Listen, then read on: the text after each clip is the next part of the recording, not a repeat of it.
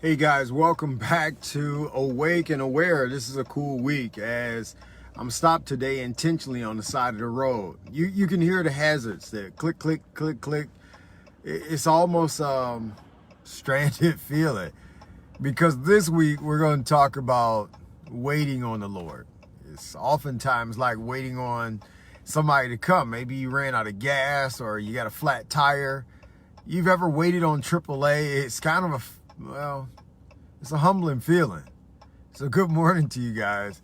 How you doing, Sister Livonia? Cousin Connie, it's good to see you guys. Michigan, Ohio, God bless you guys. How you doing, Sister Elvia? It's good to see you this morning.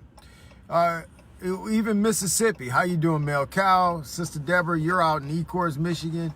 Miss Trina, you're out my way. And so Deanna, you're way West Coast. And so we thank you for being here this morning.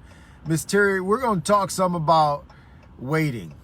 It's hard to wait on God. It's almost like waiting on God is like waiting on help to come. You're just kind of stranded. You're listening to the tick tock, and if you've ever waited on somebody to come to help you, it's one of those humbling events. It's so humbling because you see everybody else going by and you know all the places that you want to go, but you just can't get there. I mean, waiting on somebody to come help you in traffic is just, I don't know, it just irritates my soul. You got a flat tire and you can't really fix it because you don't have the right tools. Your battery went out and you got to wait. And it seems like so many people are getting to where they got to go and you lost ground. Waiting on God is sometimes like that. But the Bible tells us in Psalm 24 that we need to wait on God. We really have to wait on God. Not only does Isaiah tell us that he'll renew our strength, but the Bible tells us that we need to wait on the Lord and be of good courage. It is so hard to just sit still while life seems to be passing us by one lane after another. And all the while you're waiting on God to deliver. I'm waiting on God to bring me patience, and I'm waiting on God to answer a prayer. And maybe you're waiting on God for financial resources or waiting on God for deliverance from an illness. Maybe you're waiting on God just for a better understanding in the Bible. And you're right, Mel Cow, it will renew your strength. But while you're in the midst of waiting, it don't really seem like it. Sometimes waiting on God makes you feel like you've been forgotten. And Ahaz even said maybe waiting on God is in vain. And so this week we want to talk mostly about waiting on God, how it does not only renew our strength, but gives us strength. How waiting on God is probably the best waiting room you could ever have. Because when the doctor sees you, you know he's not just going to treat you. He's actually going to heal you. Hey, I want to know, have you guys ever just waited on God for something and it seems like he doesn't come in your time, but he seems to always come in his time? Which almost seems to be unfair because God is eternal. And so we need to focus on the person of God while we're waiting on the promises of God. Today, we have to really focus on who God is and what God is able to do, even when we don't see the promises of God being fulfilled and getting done. And so that's why we wait on God. You're right. He's always on his time. The problem with God is God doesn't operate in time. God is eternal. And I'm not God. And so it's hard to deal with that, guys. Maybe I'm just preaching for me. I'm just talking for me. This morning's devotional, we'll talk mostly about waiting on God. But today, I want to focus on one key concept to get us out the gate. When you're waiting on God, sometimes the promises of God are hard to see, but the person of God is easy to remember. Get that before we get out of here today.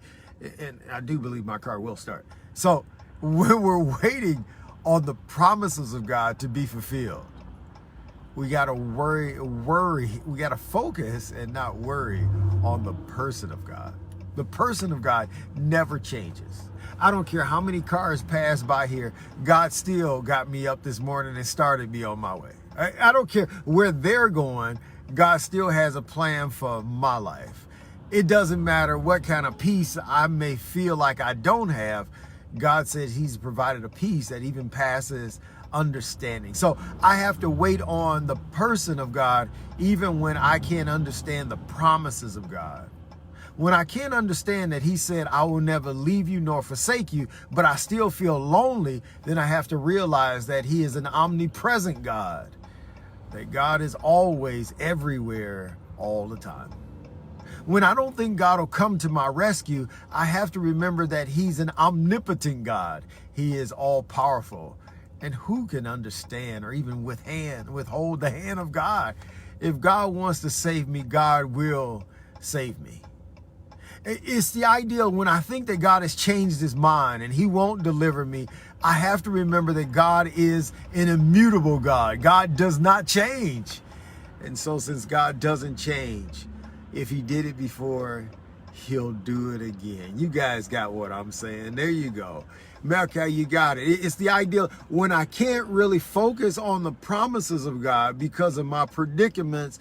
I always have to now wait on the person of God.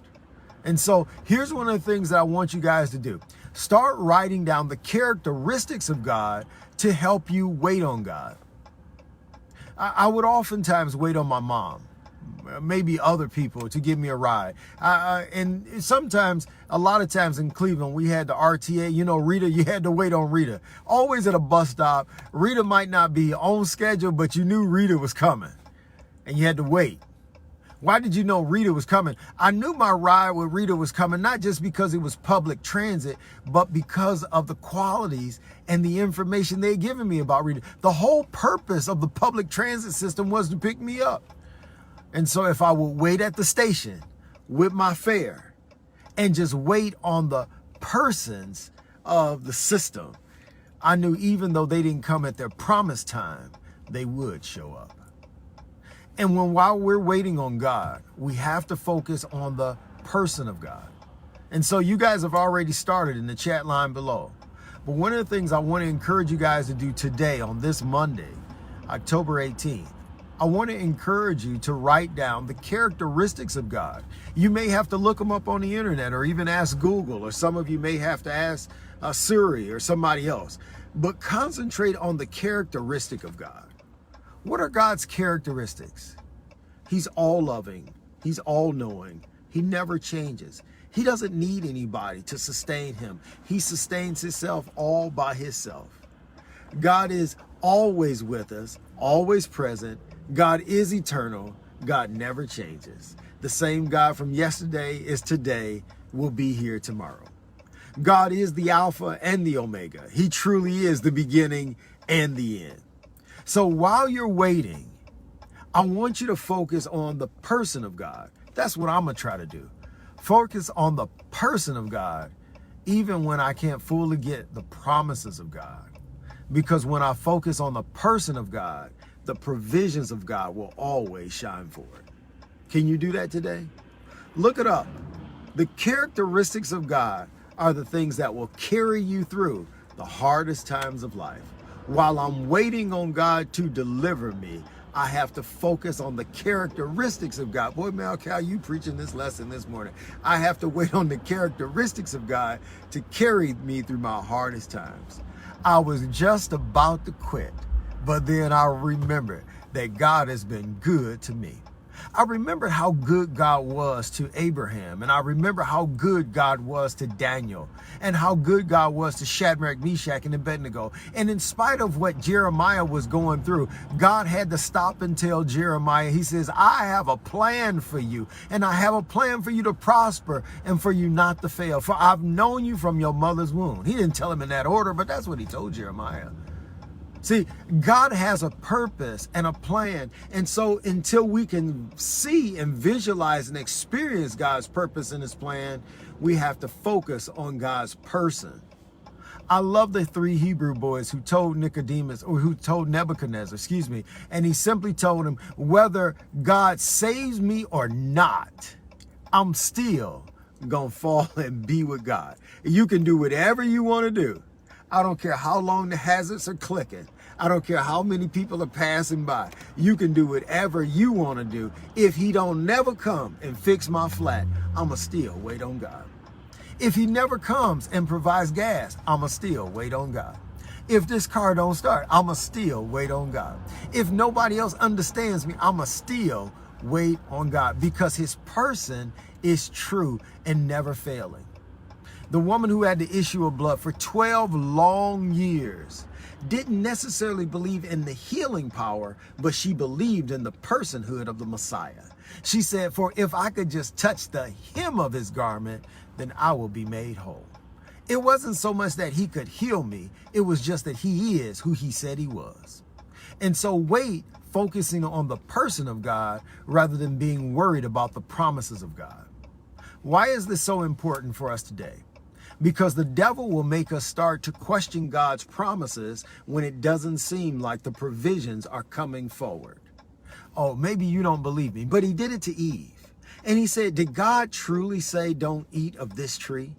When he tried to tempt Jesus, he says, you can turn these stones into bread.